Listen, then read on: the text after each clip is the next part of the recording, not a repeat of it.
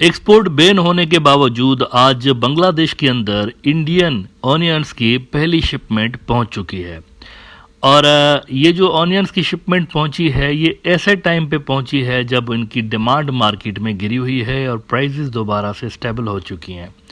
यानी जब order place किया गया था तो ऑर्डर प्लेस करते वक्त इनकी डिमांड हाई थी, और जब डिलीवरी पहुंची है यहाँ पर तो स्टेबल हो गई है डिमांड और प्राइसेस जो हैं वो नॉर्मल रेंज पे। यानी कि इन ऑनियंस का आना ना आना एक ही बात है, इसका कोई सिग्निफिकेंट इम्पैक्ट मार्केट के ऊपर नहीं पड़ेगा। ये वैसा ही है जैसे वो कोविड की, आपको याद होगा, वैक्सीन्स बांग्लादेश ने शुरुआती तौर पर ऑर्डर दिया था, एडवांस में पैसे दे दिए थे, लेकिन जब पीक पे कोविड पहुंचा था तब बांग्लादेश के पास वैक्सीन्स नहीं थे और एक ऐसा मरहला भी आया था कि कुछ दिनों के लिए वैक्सीन प्रोग्राम कुछ एरियाज़ के अंदर सस्पेंड करना पड़ा था due to shortage of vaccines. और दोबारा जब बांग्लादेश को वैक्सीन्स की सप्लाई शुरू हुई थी तो ऐसे टाइम पे शुरू हुई थी जब मार्केट में डिमांड नहीं थी उतनी ज़्यादा, बहुत सारे लोगों को ऑलरेडी लग चुकी थी। चाइना की और दीगर इलाकों की वैक्सीन्स यहाँ पर मार्केट में पहले ही पहुंची हुई थी। तो ऑनियंस का भी हिसाब किताब ऐसा ही नज़र आ रहा है कि यहाँ पर ये पहुंचे तो हैं लेकिन ऐसे टाइम पे पहुंचे हैं जब डिमांड इनकी जो है वो पहले वाली रही नहीं।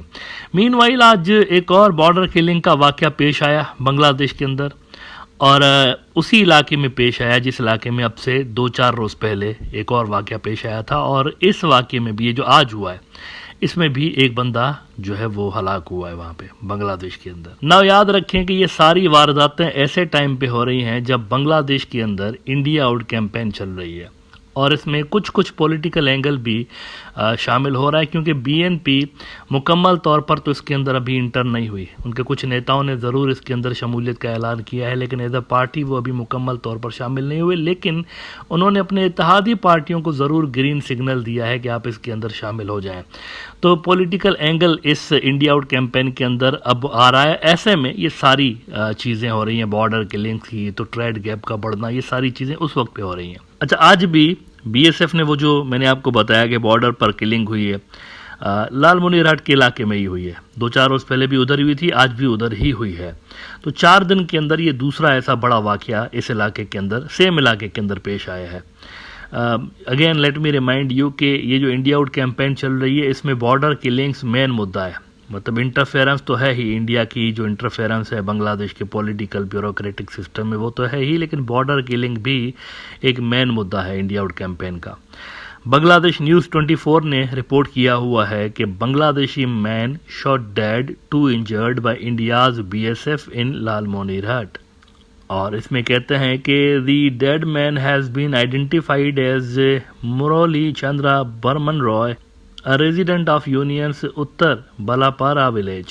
BSF fire has killed 2 people so far on the Lalmonirhat border in 4 days. 4 दिनों में 2 लोगों को वहाँ पर मारा गया है और कई सारों को ज़ख्मी भी किया गया है। इस वाक़े में भी काफ़ी सारे लोग ज़ख्मी बताए जा रहे हैं।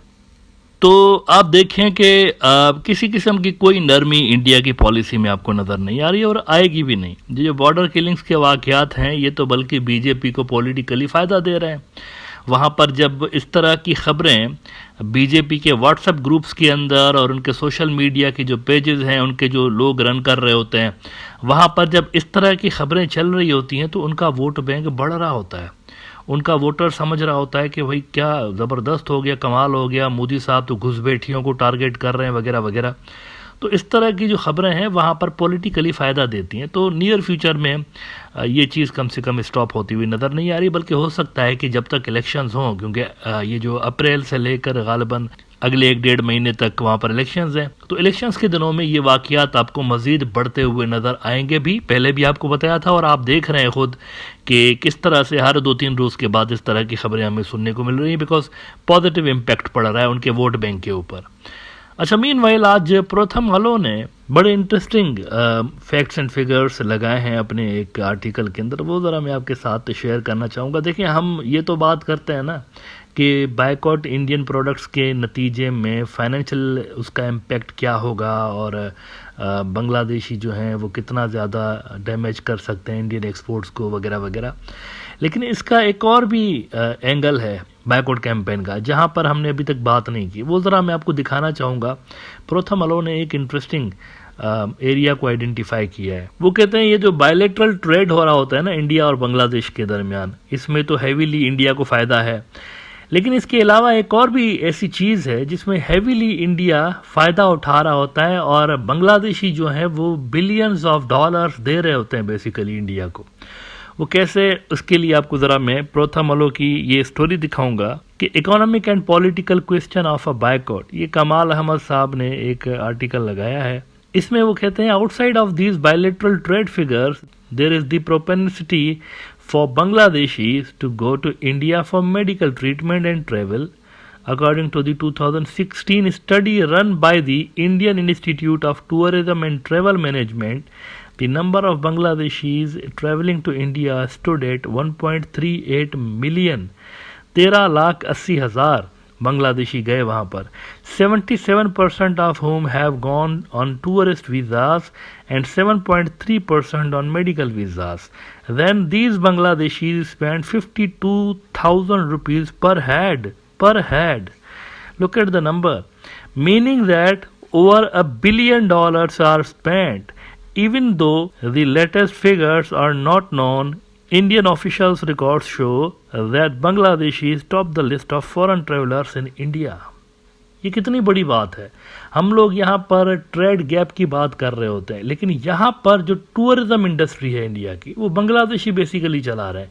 सबसे ज़्यादा उनके यहाँ जो टूरिस्ट आते हैं वो बांग्लादेशी आते हैं, और एक एक बांग्लादेशी जो वहाँ पर जाता है 52,000 रुपये ऑन एन एवरेज वहाँ पर खर्च कर रहा होता है। तो इसके नतीजे में billions of dollars India earn कर रहा होता है बांग्लादेशियों से।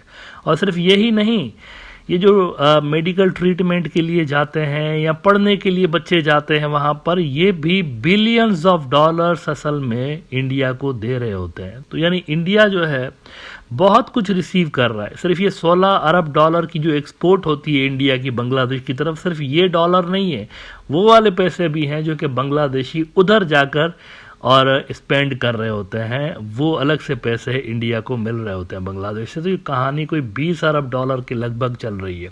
और जो इनफॉर्मल ट्रेड है जो कि किसी खाते में नहीं आता, जिसको बीएसएफ वाले अपनी निगरानी में कर रहे होते हैं, स्मगलिंग का धंधा, वो तो इससे 2-3 गुना ज़्यादा है। तो ये कोई 50 बिलियन डॉलर से ज़्यादा का सरकारी और गैर सरकारी गैर कानूनी धंधा जिसको आप कह लें, ये सारा मिला लें तो 50 बिलियन डॉलर से ज़्यादा की कोई फिगर बन रही है असल में। Now this is a huge number. अगर देखा जाए तो बांग्लादेश अगर इतना ज़्यादा पैसा इनको दे रहा है, इतना ज़्यादा इंडिया अर्न कर रहा है, उसके बावजूद भी अगर इस तरह के वाक़यात होंगे बॉर्डर्स पर, हर 2-3 रोज़ के बाद किलिंग्स हो रही हैं, पानी के मसाइल हल होने का नाम नहीं ले रहे, तो फिर ये मेरे ख्याल से ज़्यादती है, ये इनजस्टिस है। और इंडियन पॉलिसी मेकर्स को इस पे ध्यान देना चाहिए, इसको रिजॉल्व करना चाहिए, और उनको ये समझना चाहिए कि लोगों की ये जो इंडिया आउट कैंपेन लोग रन कर रहे हैं वैसे हवा में नहीं रन कर रहे, उनके वाकई में जेन्युइन कंसर्न्स हैं। ये जो डेटा मैंने आपके साथ शेयर की, ये तो डेटा क्लियरली शो कर रही है कि इंडिया के लिए तो बहुत ज़्यादा बेनिफिशियल है, मतलब इकोनॉमिकली भी पॉलिटिकली भी बहुत ज़्यादा बेनिफिशियल है बांग्लादेश। तो उसके बावजूद वो इस तरह की पॉलिसीज़ क्यों बांग्लादेश के लिए बना रहे हैं जो कि पीपल्स फ्रेंडली नहीं है, जिसको लोग पसंद नहीं कर रहे होते। मेरे ख्याल से ये चेंज करने की ज़रूरत है वहाँ पे।